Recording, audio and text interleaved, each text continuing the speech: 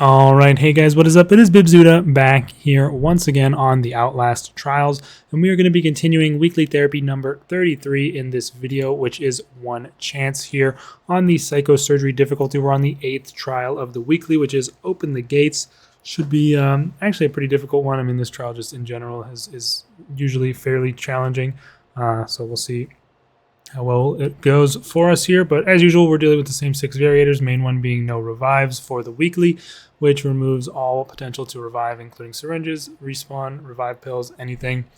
Additionally, we have extra psychosis mines alongside explosive mines, which means there'll be a bunch of those all throughout the trial, and unreliable doors alongside the 2 standard variators of increased threat 2 and psychosurgery.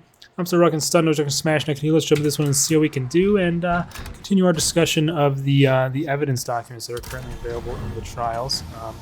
Overall, I found the timelines and everything to line up quite well. I was kind of looking at all the details of the evidence documents as well. There was one typo where the year was wrong, and then there was one set of documents that seemed fairly inconsistent in the timeline where it was 2 months prior to the discussions of the actual countdown event being planned and taking place, and was talking about the cleanup of it. That one was, I think that one, the one talking about the cleanup was labeled to be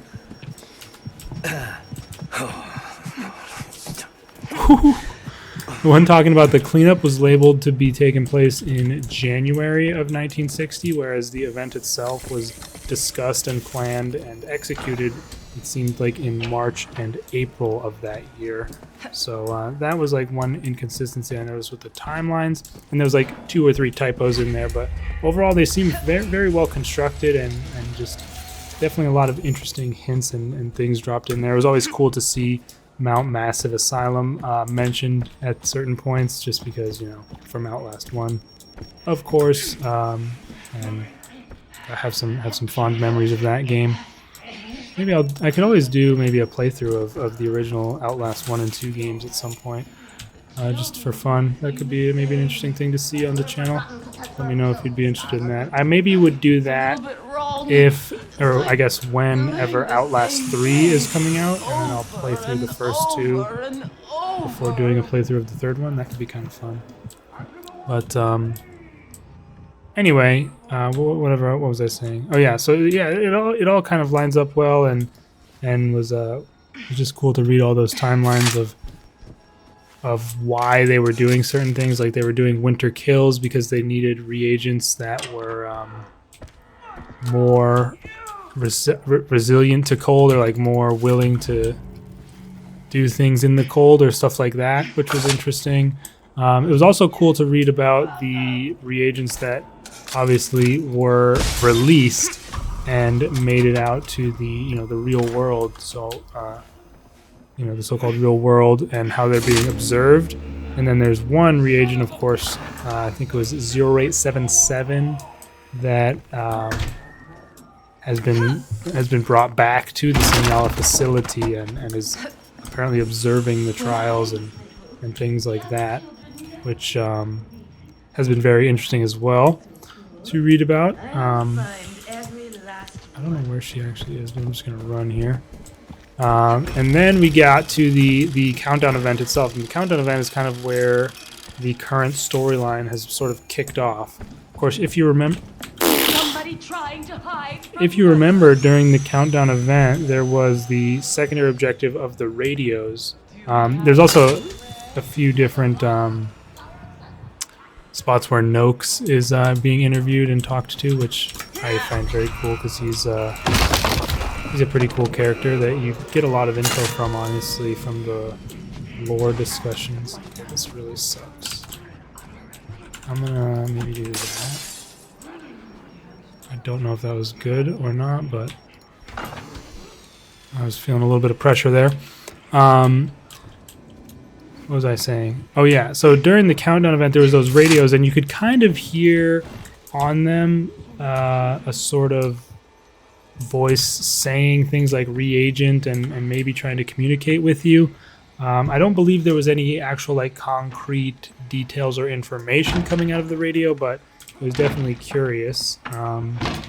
And it it sort of led to this next plot line that has started since, where they said that obviously the trials are very closely monitored and watched by the researchers, and to make sure nothing goes awry.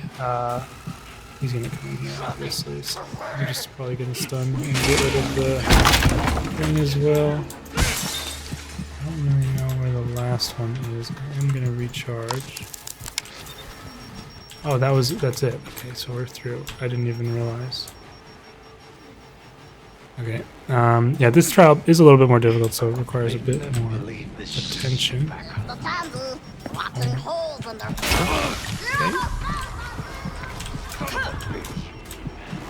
Sorry, just give me a moment here to focus slightly. Try to get through this part. Is he still? He's already out of the stone? Shit. We're kind of in trouble here. I'm just gonna have to like straight up dip. I think all the way back to the start, almost. Anyway, yeah.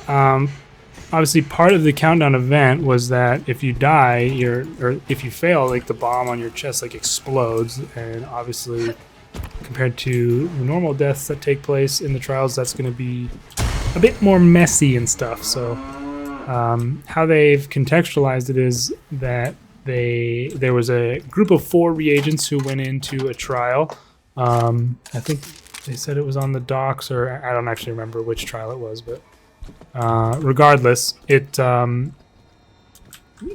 basically four reagents went out to the trial, and only 3 came back, which isn't necessarily in and of itself abnormal, because reagents can get killed out there, and they were. But the thing was, the cleanup crew who went in to clean up the trial afterwards did not find an additional corpse of the reagent who perished, and it was at first written off. Like, obviously, I think that would normally be very alarming to the organizers and cause probably a very quick panic and maybe like lockdown of the trial area and subsequent investigation.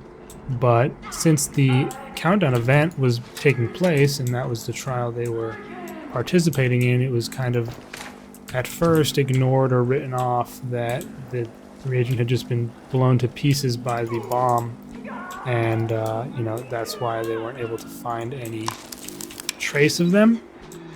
But it was then also noted that they were often still able to find at least traces or remnants of reagents who were killed by the bombs. So it started to be believed that someone actually escaped and is somewhere in the facility.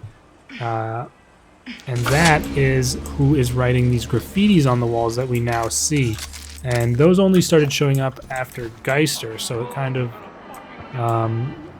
it's kind of like progressing as time goes on, which I found very interesting. Their name is Amelia, which is why it is signed A. Easterman was able to extract that information from one of the 3 reagents who was in the trials with her, or in that trial, because despite apparently, and here's one of those graffitis right here, there are no chains, A. Despite them torturing the 3 who went in with her, none of them would admit to her even existing. They said they would say they went into the trials with only 3 people, and there was no 4th member of their team. So it's very interesting that Easterman was able to extract that information, and he apparently hasn't even yet shared it with the other leadership at the Signala facility, because he's a bit paranoid that they're trying to shut down the trials, and he's starting to kind of lose his sanity a little bit, it seems. But, okay, I am going to just stun you, it seems. I haven't been able to find any of the batteries on this side yet. Unfortunate. But, yeah, I find it rather interesting that these graffitis are meant to be attributed to Amelia, just because Apparently she escaped, I think it was a trial on the docks, but I mean, it's not super important which map it really was, but essentially it would imply that there's a... Can we just go to the end here? Guys, do not forget, by the way, to... let me hit it. Smash the like button down below. I greatly appreciate that. Yeah, it would imply that there's a way in and out of every trial, unless they said that they found a pusher without his gas mask. So maybe Amelia is using the elevator type things that let you in and out. But I find that a little bit hard to believe because the evidence documents also talk about how heavily controlled and sedated and monitored the ex-pops are, including the pushers and those who come in and out of the trials. I'll continue this discussion in the next video, but it is very interesting. I just find it strange that Amelia would be the one, or would be able to come in and out of the trials as she pleases and write this graffiti. Additionally, I would maybe expect them to, get rid of the graffiti and clean it off as part of the cleanup crew, but either way, it is very, very cool, and I'm definitely looking forward to the next iteration of evidence to read more about the ongoing storyline. That is 8 + 9 minutes, 44 seconds. Open the gates, 1 chance psychosurgery here. I think we're about to get kicked out, but yeah, I don't think we had any demerits there, so as usual for this weekly, a pretty quick and easy completion. But yeah, I mean, I definitely enjoyed reading all the evidence, and I'm looking forward to probably wrapping up my discussion of it with the end of this weekly in the next video. But let me know your thoughts in the comments on the current ongoing storyline about this Amelia person, because I think it's really, really cool, and I'm hoping it continues to build and evolve as, with each update, maybe with some sort of like small Easter egg or thing that you can maybe find in a certain trial that lets you get out. And I mean, I'm sure it wouldn't be a big thing of like an entirely separate section of gameplay, but still. Anyways, I'm going to head to this next trial and I'll continue the discussion there.